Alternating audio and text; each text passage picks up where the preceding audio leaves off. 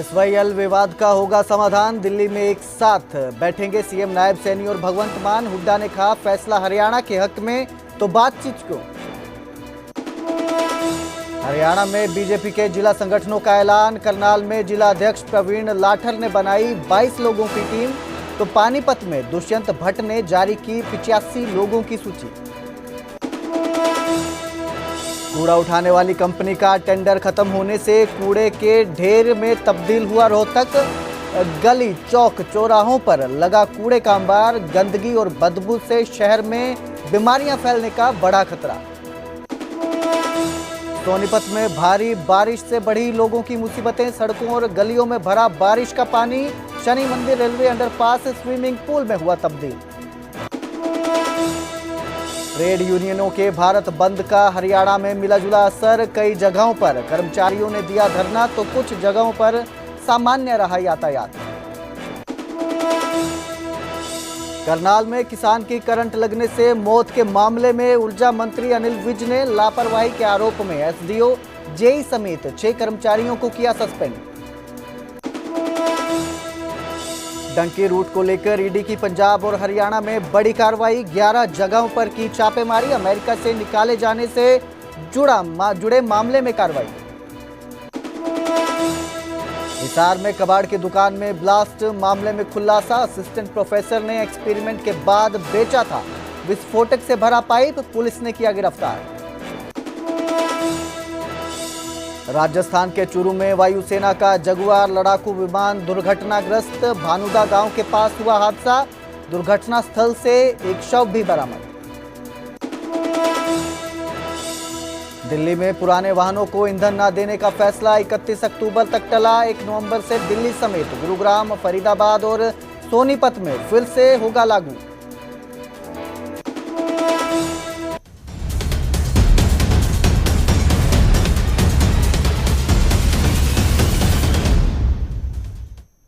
नमस्कार, स्वागत है न्यूज 18 पंजाब हरियाणा में। मैं कुलदीप भारद्वाज। बुलेटिन की शुरुआत करेंगे एसवाईएल विवाद से।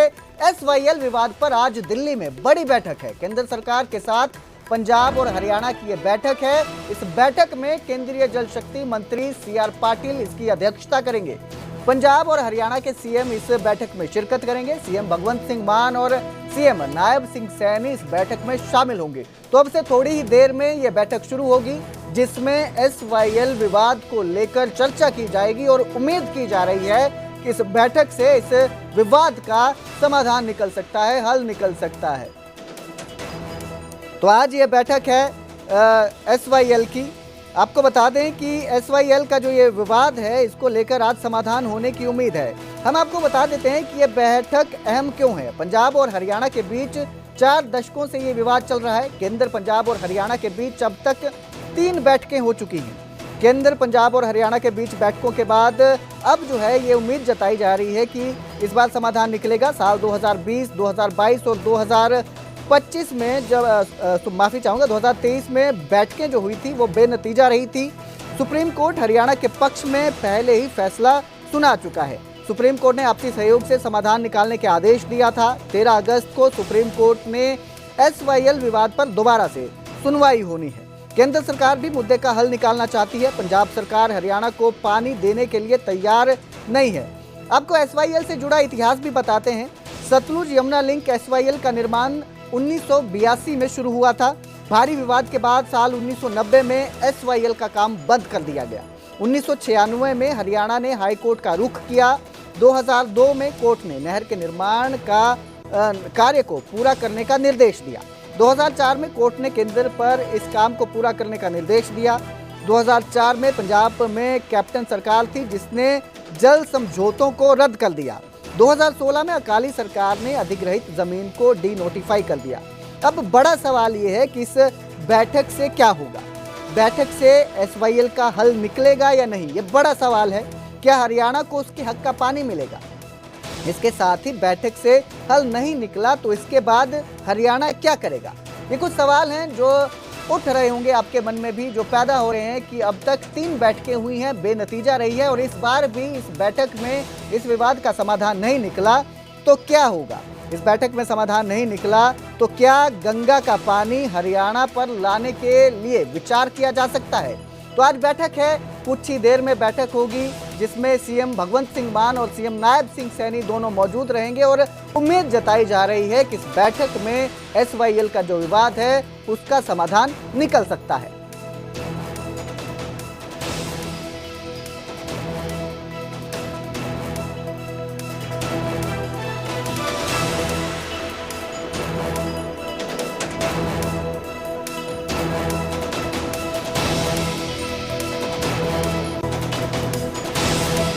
SYL ਨੂੰ ਲੈ ਕੇ ਬਿਲਕੁਲ ਪੰਜਾਬ ਦਾ ਪਾਣੀ ਆ ਜੀ, ਪੰਜਾਬ 'ਚ ਰਹੂਗਾ, ਬਿਲਕੁਲ ਇੱਕ ਬੂੰਦ ਵੀ ਬਾਹਰ ਨਹੀਂ ਜਾਣ ਦੇਵਾਂਗੇ। ਸਪਸ਼ਟ ਸਟੈਂਡ ਹੈਗਾ, ਜਿੰਨਾ ਮਰਜ਼ੀ ਮੀਟਿੰਗਾਂ 'ਚ ਜਿੱਥੇ ਮਰਜ਼ੀ ਹੋ ਜਾਣ, ਜੋ ਫਾਰਮੂਲਾ ਮਾਨਯੋਗ ਭਗਵੰਤ ਸਿੰਘ ਮਾਨ जी ने ਦਿੱਤਾ ਗਾ उस फार्मूले काम करेंगे। विचार होगा कि अंदर उसके अंदर जितना हमारे केंद्रीय मंत्री उसके अंदर देखेंगे, हमारी भी बात को सुनेंगे, पंजाब की बात को भी सुनेंगे और उसी बात से ही कोई रास्ता निकलेगा। क्योंकि ये काम ऐसा नहीं कि हम आपस में, हमारा भाईचारा है, भाईचारा हमारे लिए पहले है। कोई हमारे ऊपर या कहीं और कोई विपत्ति आ जाती है तो तुरंत पंजाब के लोग भी निकल करके आते हैं कि हेल्प करिए। ऐसा नहीं है, कोई भाईचारा है हमारा और भाईचारे के अंदर ही कोई रास्ता निकलेगा। बैठ कर के बात करेंगे। पंजाब की भी शायद केंद्र ने विचार किया है कि पंजाब की भी बात को सुना जाए, हरियाणा की बात को सुना जाए और सुन करके उसका रास्ता निकले। तो फैसला हुआ हरियाणा के हक में, सुप्रीम कोर्ट ने फैसला है। असेंबली में उस समय के तत्कालीन मुख्यमंत्री जी ने कहा था हम कंटेम्प्ट ऑफ कोर्ट में जाएंगे और जो सुप्रीम कोर्ट का जो ऑर्डर है फाइनलिटी अटेन कर चुका है। सेंट्रल में बीजेपी सरकार, हरियाणा में बीजेपी सरकार खोद रही बीजेपी ने, और ये कोई मतलब अवेलना, कोर्ट के आदेशों की अवेलना के खिलाफ जाना चाहिए और तुरंत उसको इम्प्लीमेंट करना चाहिए। कोई आपस में बैठ के बात करने की कोई औचित्य नहीं। जब फैसला है, फैसले में मेरी समझ से बाहर है कि क्या बात करेंगे। फैसला फाइनलिटी अटेन कर चुका है।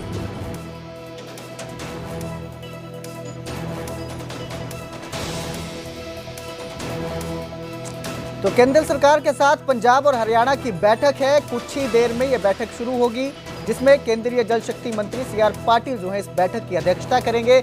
उम्मीद जताई जा रही है कि इस बार SYL का जो ये विवाद है ये खत्म हो जाएगा और समाधान निकलेगा।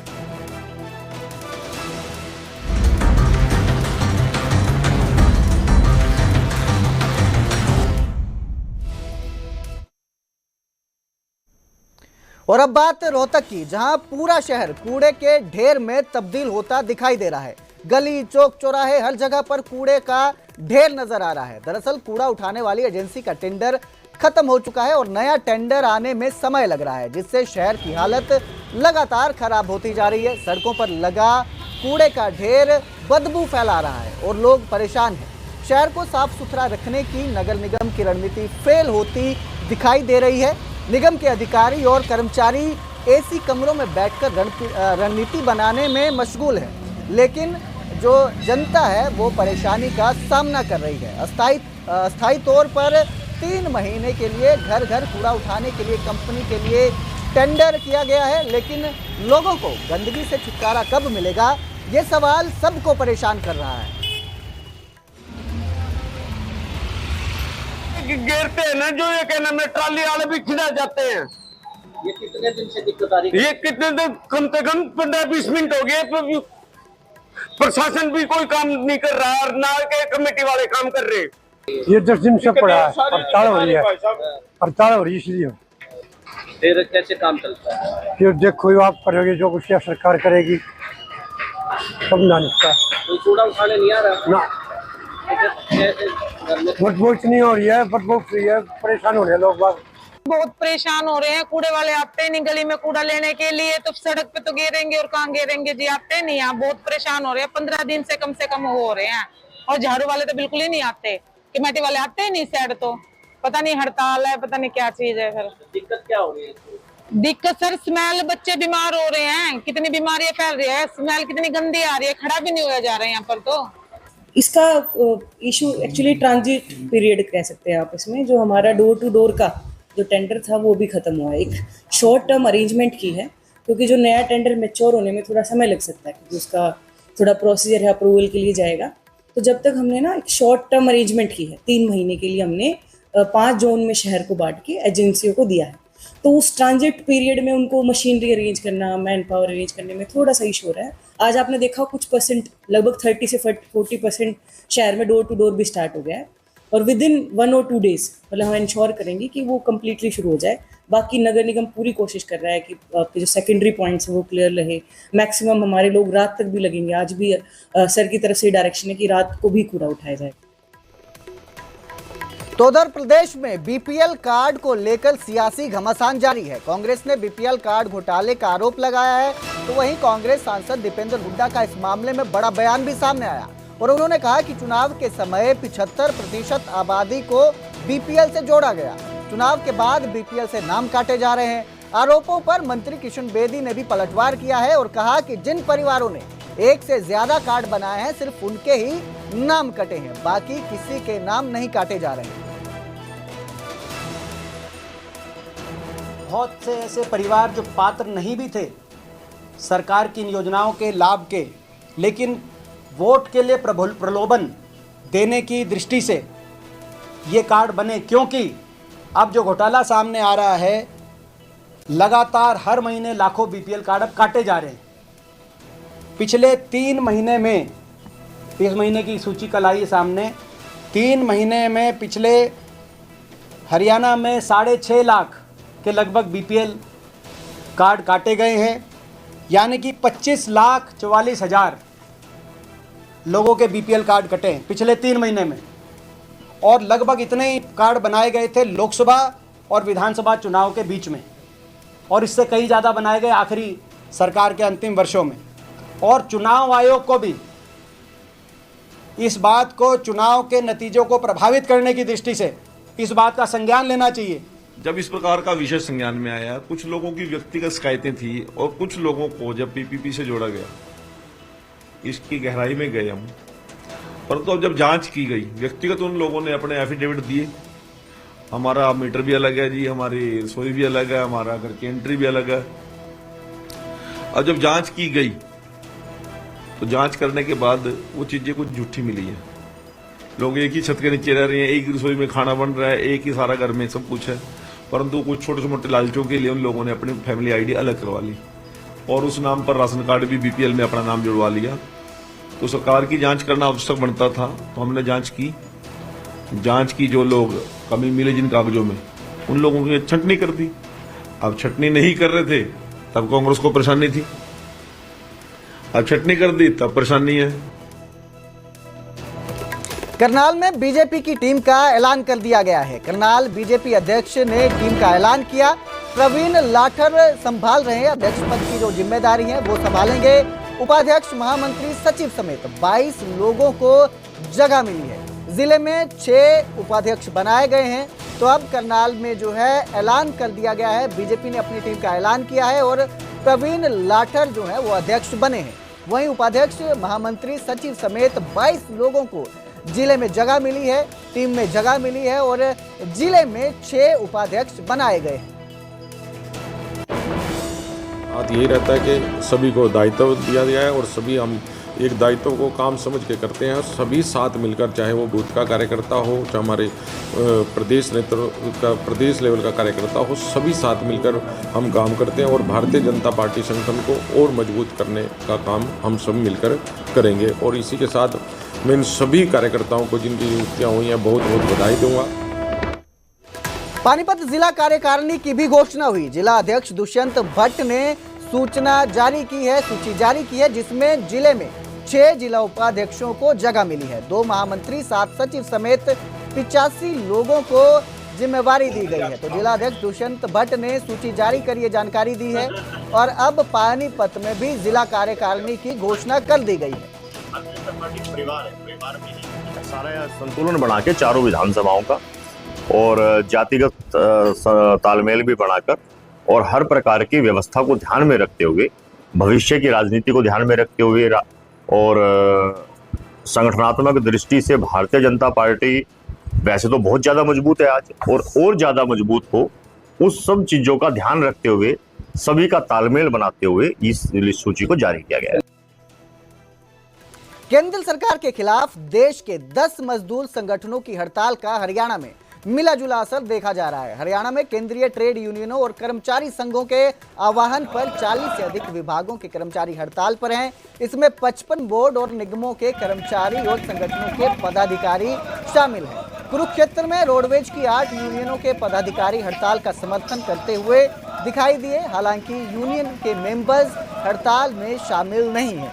कुरुक्षेत्र के अलावा सिरसा, दादरी, कैथल, करनाल, गोहाना, फरीदाबाद और फतेहाबाद में भी हड़ताल का मिला जुला असर दिखाई दिया। हड़ताल के बावजूद पानीपत, झज्जर आदि जगहों पर यातायात सामान्य रहा और सुचारू रूप से चलता दिखाई दिया।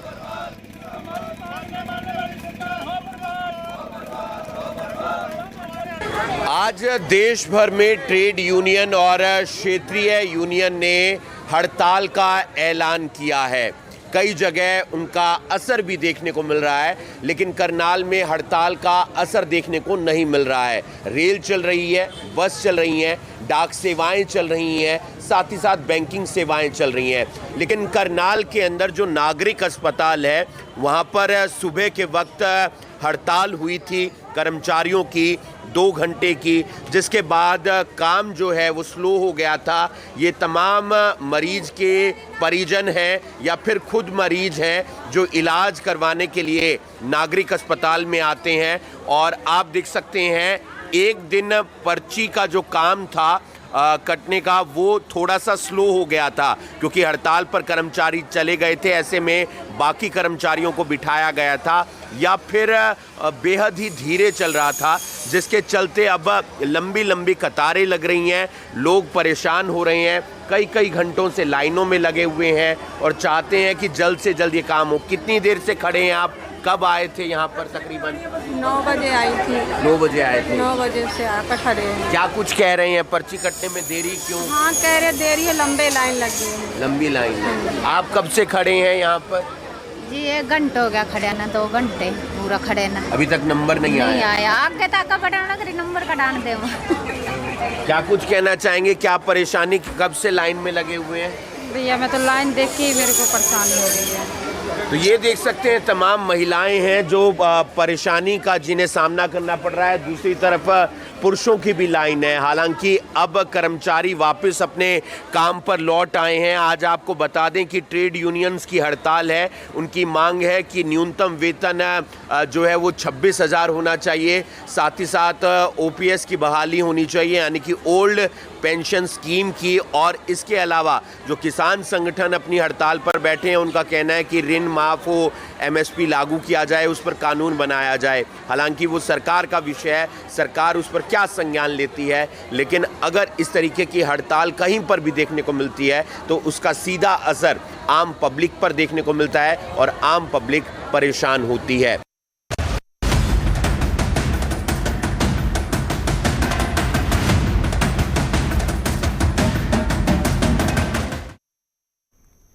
दिल्ली एनसीआर में झमाझम हो रही बारिश से भले ही लोगों को गर्मी से राहत मिली है, लेकिन ये बारिश सोनीपत के लोगों के लिए मुसीबत बन गई है। भारी बारिश की वजह से सड़कें लबालब पानी से भर गई हैं, जिसके कारण वाहन चालकों को भारी परेशानी का सामना करना पड़ रहा है। सोनीपत गोहाना को जोड़ने वाला शनि मंदिर रेलवे अंडरपास स्विमिंग पूल का रूप धारण कर चुका है।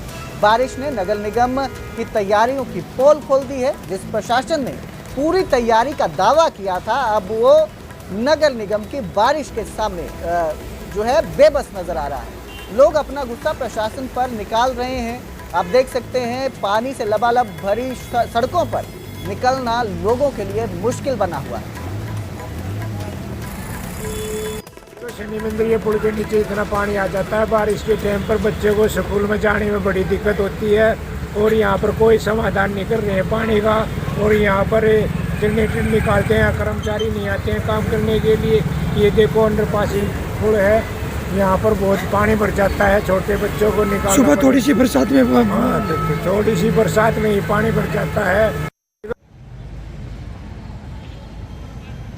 पिछले दिनों से लगातार हो रही बारिश के चलते शिक्षा का मंदिर तालाब बन गया है। सरकार का संस्कृति मॉडल स्कूल की हालत देखकर यह पता नहीं चलता कि ये स्कूल है या तालाब।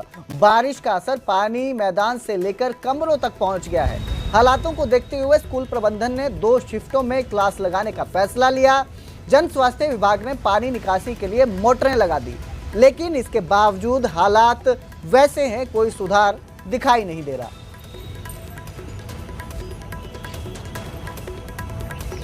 जैसे 2-3 दिन से बरसात हो गई है और स्कूल कैंपस में पानी भर गया है, बल्कि स्कूल के जो कक्षा उनमें उस हिस्से में पानी भर गया है। ठीक है, बाकी हमने प्रशासन से रिक्वेस्ट की थी और पब्लिक हेल्थ ने मोटर लगवा दी है, पानी निकाला जा रहा है।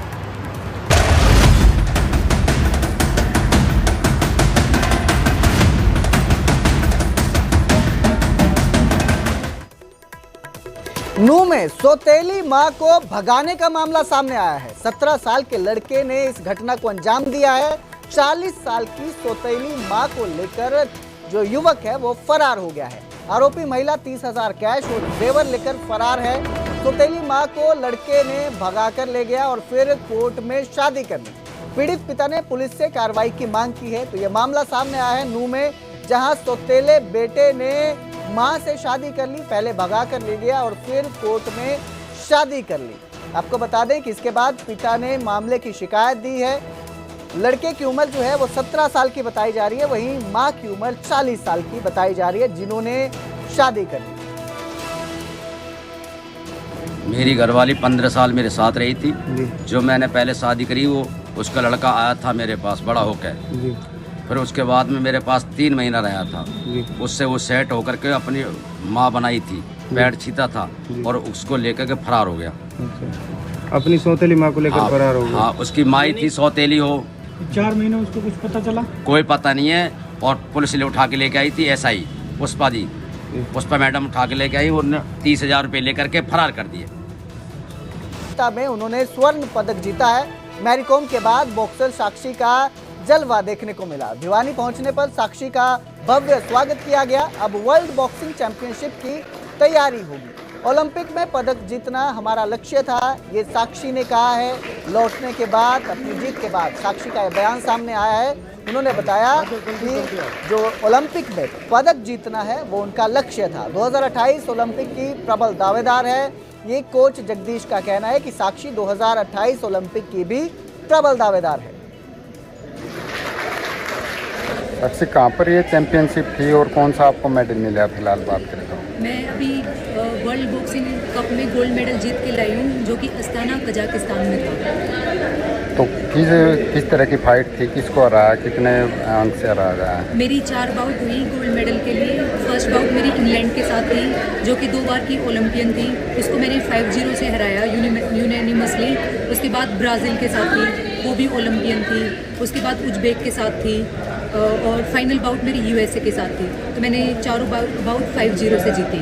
मैं मानता हूँ कि मैरीकॉम के बाद सबसे ज़्यादा जो विश्व स्तर पर पदक जीते हैं वो इसके साक्षी के हैं। ये 4 बार विश्व विजेता बन चुके हैं। तो कोच साहब, आप साक्षी से क्या उम्मीदें हैं? कौन कौन सी चैंपियनशिप की तैयारी करेंगे? साक्षी से हमें बहुत अच्छी उम्मीद है। मैं अब मानता हूँ कि साक्षी 2028 की प्रबल दावेदार है और ये क्वालिफाई करती है, तो हमें 2028 ओलंपिक में पदक की उम्मीद है। साक्षी से ओलंपिक पदक। ये लड़कियों के जो मेडल आए हैं वो उसके गोल्ड आए हैं, तो मैं मानता हूं कि जिस प्रकार से लड़कियों ने आगे बढ़ के खेलना सिखाया है, इससे लड़कों को भी एक प्रेरणा मिल रही है कि लड़कियां इतना संघर्ष करी हैं तो उनको पीछे नहीं रहना चाहिए। और आने वाले टाइम में भिवानी बॉक्सिंग क्लब ओलंपिक के अंदर गोल्ड मेडल ले आएगा, जो पहला रिकॉर्ड होगा कि हिंदुस्तान की किसी महिला बॉक्सर ने गोल्ड मेडल बॉक्सिंग में लिया है, वो भिवानी बॉक्सिंग क्लब की तरफ होगा और इसका